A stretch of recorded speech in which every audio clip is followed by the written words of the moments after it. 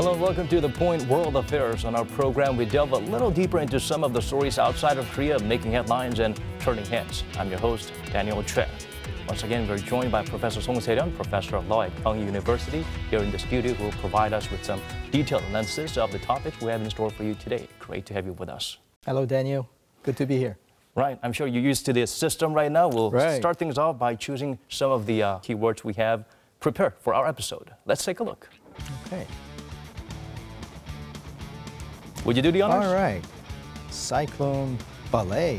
I'll go with the one that leaps out to me, territory. On March 25th, Israel carried out a series of airstrikes against Hamas targets in the Gaza Strip after rocket strikes wounded 7 people in Tel Aviv. This conflict between the Israelis and the Palestinians is set to play a big factor in Israel's general elections. Greeting Prime Minister Netanyahu at the White House, President Trump acknowledged Israel's absolute right to defend itself, adding that the rocket attacks are serious security problems that Israel faces every day. In a moment, I will sign a presidential proclamation recognizing Israel's sovereign right over the Golan Heights. The UN condemned America's recognition of Israel's sovereignty over the Golan Heights. Syria also criticized such remark, saying it's a clear attack on Syria's sovereignty and territorial integrity. Yes, that territory. Well, Trump does it again. He is a straight talker, according to his fans, and they love him for that. He seems to be very straightforward about support for Benjamin Netanyahu, the Prime Minister. But it seems like he could be stirring the hornet's nest unnecessarily, according to some critics. Right. I mean, it's almost predictable, but it's still shocking. Golan Heights, I mean, it's an age-old question, but until so far, no nation has endorsed the Israeli rights to occupation. Trump is the first one.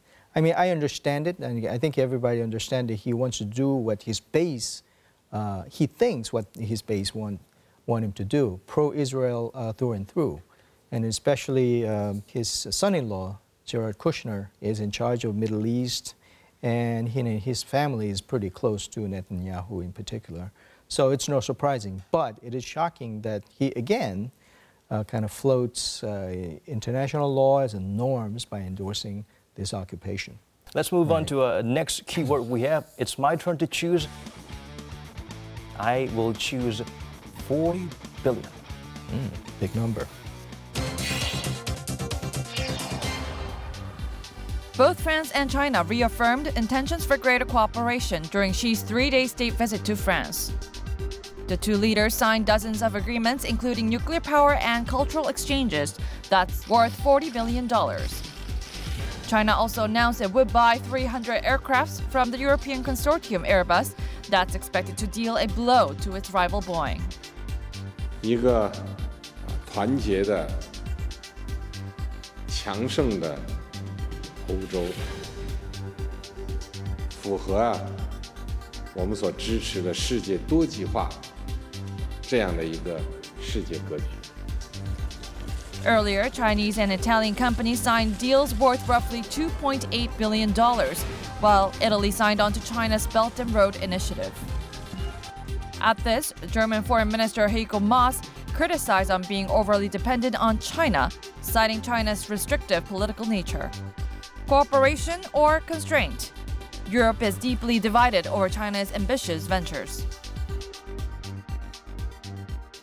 Well, Professor, interesting dynamics. Yeah, it's about... You know what I find interesting is that Donald Trump's dealing with other countries. I can almost picture whoever he is facing with at a negotiating table, and he does something, and he says, next move, what do you do? Now, China, because they have a conflict with the trade issues, I think that China's move now is to be chummy with Europe and kind of have a suck punch to U.S. at this point. I mean, they were dealt with a pretty good card when the Boeing planes went down. At some point, you can say, well, that's very childish and tit for tat, but that's the reality in this kind of a Trump-led era where everything is transactional and everything has to be viewed from a negotiation table. And also, it's interesting to see America's side of their response to this in terms of the Belt and Road Initiative, which Europe is praising, heaping praise on it, and Washington calls it a vanity project. Right. I mean, that's kind of expected that they will kind of look down upon what the others are having. Belt and Road project is very ambitious in that it signifies making a kind of economic blocks of some sort with the supply chains and the markets all consolidated in the Asian side. So I think United States always trying to pivot towards into Asia. It's something that they have to worry about, and they can clearly see that they're getting a little bit nervous about it. Message clearly sent from President Xi Jinping. Let's move on to another keyword we have for today. Professor, your turn to take a pick. Let's see what's left. All right. I'll choose streaming. That sounds interesting. Apple has introduced its subscription streaming service, the Apple TV+. The tech firm is not only rolling out the service for the 1.4 billion Apple product users around the world, but also for those who use Samsung and LG TVs that have installed Apple TV apps. With that, market watchers are citing inevitable rivalry with Netflix, which is currently the top streaming service. What's more, the Apple News Plus, which offers more than 200 different news sources, and the credit card Apple Card were introduced as well. The event garnered even more attention as celebrated creative artists, including Oprah Winfrey and Steven Spielberg, were present at the scene.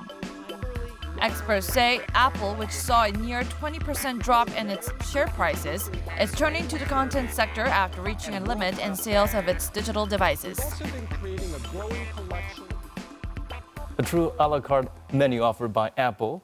They are moving on to a different segment other than smartphone making. But some are concerned that maybe it's all sizzle, no steak. Simply, this is a continuation of Apple's plot to take over the world. But from a business standpoint, I mean, it makes sense. Their device making, iPhone, iPad, the market's gradually saturated and their profitability has been going down. So they've been trying to get into different areas, health market, content market, now finance and the banking market. So they're trying to make their marks and make ecosystems all connected together and have other sources of profits. So instead of reaching out and setting new frontiers and being innovative, they're paddling very hard to survive and innovating to survive. I think the content market is pretty big. I mean, I confess that I'm a subscriber to Netflix, an industry leader. I'm very curious as to what Apple can add value or what I can come up with that's better or equal to Netflix. But at this point, I don't see any the specifics, how much they are and what kind of contents they provide. Just big names, Oprah Winfrey, Steven Spielberg, and Aquaman himself, Jason Momoa. But other than that, not a lot of details, and no details on price in particular. That's what's most intriguing. Right, still mysterious. Well, we'll have to wait and see if the term Netflix and chill will be something that's outdated, and instead Apple will come up with a new fancy slang.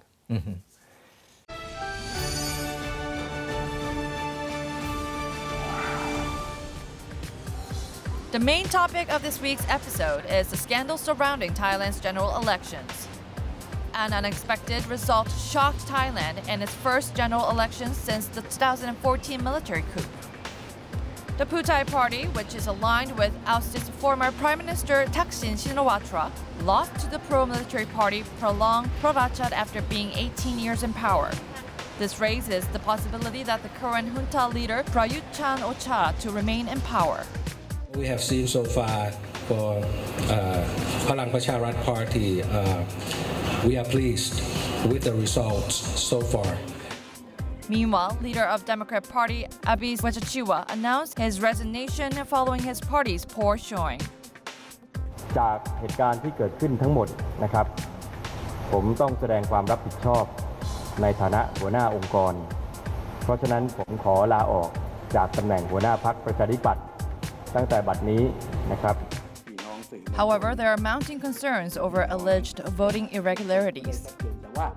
นี้ก็คงได้ความชัดเจนเท่านี้ครับจริงๆก็มาเป็นการแถลงยืนยันจากเมื่อหัวค่ำวันนี้ก็อาจจะมีอะไรขลุกขลักที่เป็นเรื่องอยู่บ้างแต่สรุปว่าเป็นปัญหาอย่างไรก็ยังอาจจะยังสรุปไม่ได้ชัดเจนแต่ว่าก็ขอความกรุณาว่าเราจะใช้เวลาในการจะดูพิจารณาแล้วเราก็มีกระบวนการในการตรวจสอบนับคะแนนทั้งหมดก็คงจะต้องออกมายืนยันในอีกครั้งหนึ่ง Thailand's political unrest is expected to continue for the time being. Now it's time to move on to our talking point of the day. The general elections in Thailand stirred a lot of controversy, and preliminary results did show a military party in the lead. I love Thailand. When I visited there, I had such a good time. But what's happening in Thailand is very worrying. I think the word that has been thrown around is that this election is rigged. Rigged not in a traditional sense that there is an oppressive regime, but there are a lot of mechanisms that are built into the system that military junta is bound to win whatever happens. I mean, the constitution that passed in 2016 makes sure that the designation of prime minister is done by the military junta because they alone name 250 members of the Senate who is required to vote on the prime minister. Social media has been limited on the political sense, and the political gathering has been limited. The Constitutional Court has disbanded one of the parties that are favorable to Thaksin Sinawatra. So those kind of things kind of conspire to make an environment to where the election is pretty much rigged.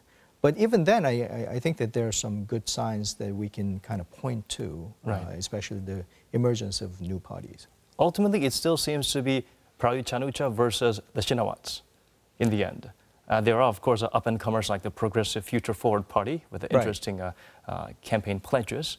And, of course, other lawmakers will be looking to try and have them on their side. And it looks like the former general, even if he gets to become prime minister, he might be a leader with a party with little control over everything in terms of running the country. Right.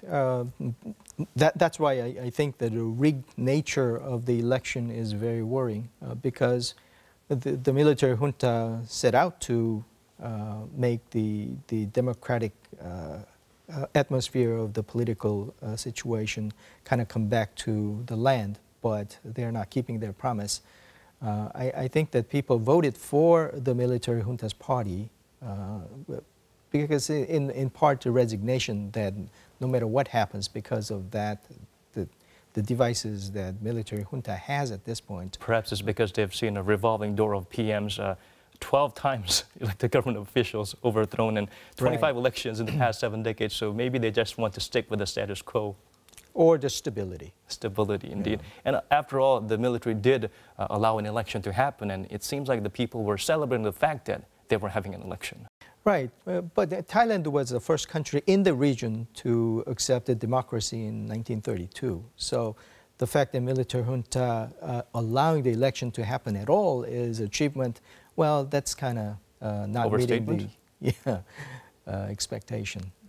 I think that the good thing about it is that the Thai politics used to be just yellow shirts versus red shirts, but that old frame is gone. But now we have a new party, a future forward party, and military junta. If they keep their promise, probably something good might happen, but it's a lot of hoping at this point. Changes are brewing, and of course this is an important new chapter for Thailand after they lost their most beloved and celebrated kings. With a new monarch in charge, it seems like they're turning more towards the prime minister post to make sure some positive changes are brought about. Right. If they get back to that path, it would be a big achievement for that country and also the region as well. And China's presence is always kind of worrying in that region. So we need Thailand to be strong and get back to the right path. Should be a beacon of hope for democracy in Asia, at least. Well, Professor, let's now connect to a local expert for his in-depth analysis of the developments. We have Ditinan Pongsu-Ditrak, Associate Professor of Political Science at Chulalongkorn University, on the line. Professor, thank you so much for making time for us today. Good to be here. Well, Thailand held its first election since the 2014 military coup. To voters, what is the appeal of the military-linked Palang Pracharat Party? The Palang Pracharat Party is a pro-military party under General Prayut, the current Prime Minister. They've had some good showing, but we have to bear in mind that Palang Pracharat is still number 2. It still come out as number 2 party in terms of the parliamentary seats, MP seats. It may have received more popular votes, but on the MPs, it's number 2. At the same time, we have to remember that Palang Pracharat had a lot of government support. The government apparatus had government policies, the state machinery, the state budget, and the army. So, all these factors played in the favor of the party. In fact, we could say that the party also benefits from the referees, the election commission, which has been very friendly and supportive of the party. The party also has benefited from the rules. The new constitution was drafted by a military appointed committee. So this party, Palang Pracharat, was destined, was going to do well because it had the rules, the referees, the state budget, the army, everything going for it. In fact, we could make the opposite claim that how come it did not do better? How come that, the number 1 party is the Pheu Thai Party. It won about 137, 139 MP seats, a little bit less on the popular votes, but the Pheu Thai Party, this is the Pheu Thai Party, it only ran in 250 out of 350 constituencies. But Palang Pracharat ran in all 350 constituencies. So, with the rules, the budget, the referees in its favor, you could also say that maybe it should have done a little bit better. Nevertheless, I think it did better than we all anticipated, but partly because we anticipated a very low showing, a very low number. Right? At the same time, in the end, Palang Pracharat and General Prayut succeeded in nailing home the final message. The final message is that if you don't elect Prayut, you'll get Thaksin.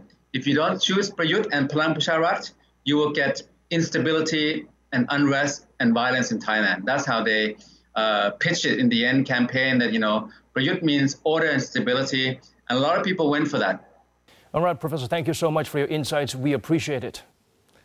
Now, Professor Song, back here in the studio after hearing all the details that's been bundled up nicely into a package. Do you think that Thailand seems to be moving forward now that the country's political prospect seems to be somewhat moving towards stabilization? Right, moving forward is right, and the emerging party is appropriately so, future forward party. I mean, now we don't know too much about the future forward party, but it's young. I think it reflects the sentiment that they want to move forward from the old frame of the political squabbles in Thailand. So if that's the motivation and it gets a little bit younger, I think it's a completely different map. I think that the military junta's rule, they had all kinds of advantages that the professor has pointed out, and that's why I said it was rigged. But a lot of them stops when the cabinet is formed. So the future is really, they can write as they go, and if the military junta keeps their promise of bringing back all those the democratic devices come back, probably parties like Future Forward Party could be one of the engines. Now, it's early, but it's a modicum of hope that we see from Thailand politics. Led by a very young former CEO, and of course, young voters are excited about the process, and they're not as drastic as the yellow shirts and the red shirts who kept clashing and causing controversies.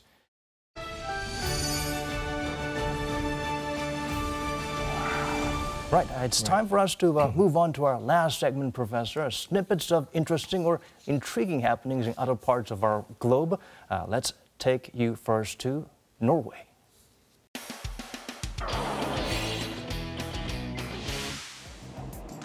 A stranded cruise ship is now safely docked in a Norwegian port. Norwegian cruise ship Viking Sky was drifting along the western coast of Norway when an engine malfunction occurred. The site of the accident is known for its rocky and strong waves, making it all more difficult to rescue under bad weather. Authorities say that if the ship had drifted a bit more, it would have been a disaster. All 1,373 people safely returned to their families. Let's now head over to the United States. The nimbleness to jump over a pool with a stick longer than one's height. Also, the agility to charge with full force. This athlete is 84-year-old record-setting pole vaulter, Willem Myler from Vermont. Myler says she's planning to participate in the National Senior Games in New Mexico to set another record come this June when she'll be turning 85. It's challenging. You really have to work at that. You have to have the upper core, you have to have timing, and I just love it because it's challenging. Looking at her, we can't make excuses for the challenges we've been putting off. Next, let's head over to India. Thousands of people participated in the Festival of Colors as they performed and danced happily. Holi is held all over India on the 15th of lunar January, according to the Hindu calendar Phalguna. The participants threw colorful powders to wish for luck and to prepare for the coming of spring. Holi is said to have originated from the myth that the Hindu god of Krishna and Radha played by painting colors on their bodies. The festival is enjoyed by both Indians and foreigners. Next up, Australia. It is autumn in Australia, but the heat continues to persist. A man who left his car for a moment comes back to find an unexpected intruder. While the man turned on the air conditioner for his dog and left the car door open, a heat-weary koala came in to find some refuge. The car owner begs the koalas to leave while they adamantly refuse. After a scuffle, koalas finally returned back to the tree. Let's hope the cool weather comes soon for these adorable intruders. Finally, we head over to Ukraine. From plastic bottles to plastic bags, a team of volunteers are working hard on the latest cleanup. While the explosion at the Chernobyl nuclear plant in 1986 turned the area into a no-go zone, it is being polluted again, this time due to tourists. The grotesque rides are full of graffiti. As the radiation receded, the ghost city became an unlikely tourist attraction. Chernobyl is facing yet another environmental crisis due to irresponsible tourists. A lot of feel-good, uplifting stories, except for the last one. Right, except for the last one. Even for the first one, although we want to wrap things up on a high note, it does remind us of the tragic incident in 2014 about what we were unable to do here in Korea. Right, any kind of ship-related accidents. I think most of the Koreans feel a little bit of trauma because of what happened, as you said. But it's a feel-good story because nobody got hurt. I think the safety issue is always the first one that they have to take care of. Right, the elements didn't seem to be cooperative, judging by the strong waves, but still they managed to get the job done quite promptly. Right, Coast Guard seems to have acted very quickly. Right, and even the passenger, they seemed quite calm and they seemed to be fully confident that they will be brought to safety. The last story is also quite ironic, as you mentioned. It's man-made disaster, and once again, with men being allowed to enter the site, another man-made disaster in some sense, pollution. Right.